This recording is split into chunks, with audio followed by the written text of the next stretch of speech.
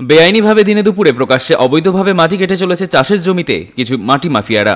এমনই চিত্র ধরা পড়ল রবিবার আমাদের ক্যামেরায়। এদিন দুপুরে মাটি কাটার সময় দেখা গেল জেসিবি দিয়ে অসংখ্য পরিমাণে মাটি কেটেই চলেছে মাটি মাফিয়ারা। ঘটনাটি ঘটেছে উত্তর দিনাজপুর জেলার কালিয়াগঞ্জ ব্লকের বোচাডাঙ্গা গ্রাম পঞ্চায়েতের ঢিলছোড়া দূরত্ব হলদিবাড়ি এলাকায়। কিভাবে কৃষি জমি থেকে অবৈধভাবে মাটি কেটে পুকুরের আকার ধারণ করছে নজর নেই প্রশাসনের। দেখুন, অবৈধ ভাবে মাটি কাটা যেমন একটা অবৈধ, আবার মাটি ভরানোটাও অবৈধ। মানে আমাদের এই যে হলদিবাড়িতে শুরু হয়েছে, মাটি যেমন কাটাটা অবৈধ, এটা তো পরিষ্কারই।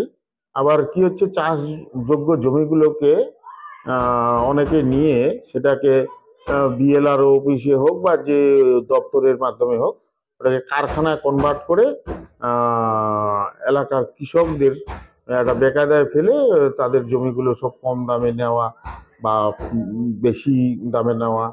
আর অনৈতিকভাবে সমাজ ব্যবস্থা চলছে। আর মানে দোষ যতটা হচ্ছে অফিসিয়ালি, তার থেকে বেশি দোষ হচ্ছে আমাদের জনসাধারণের, কৃষকদের।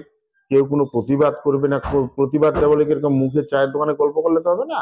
এটা অফিসিয়ালি কাগজ একটা জমা দিতে হবে, অঞ্চলে জমা দিতে হবে, বিএলআর অফিসে জমা দিতে হবে, বিডিও অফিসে জমা দিতে হবে, সংশ্লিষ্ট দপ্তরে একটু প্রেয়ারটা দিতে হবে। সেটা কিন্তু সবাই না জানলেও অনেকেই জানে।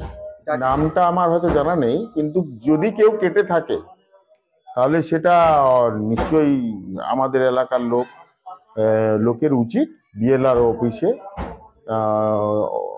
বা সংশ্লিষ্ট দপ্তরের কাছে অভিযোগপত্র জমা দেওয়া। ট্রাক্টরওয়ালা তারা তো অ্যাকচুয়ালি অফিসগুলোর মানে হাল হকিকত জানে।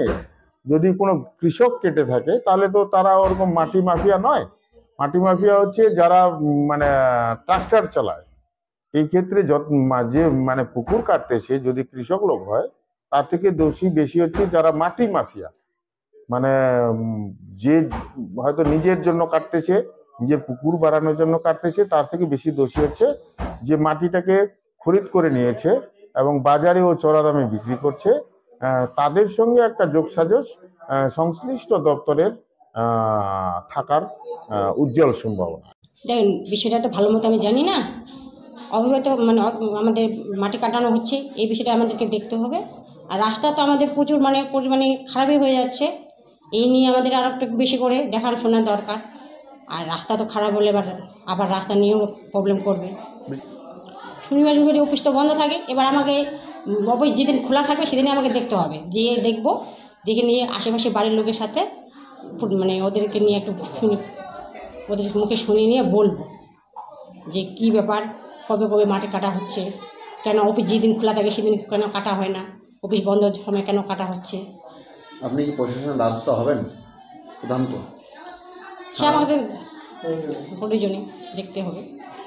বিএলআর সাহেবকে বলবেন যে বিষয়টা দেখার জন্য, বা থানাকে বলবেন? আমাকে তো বলতে হবে।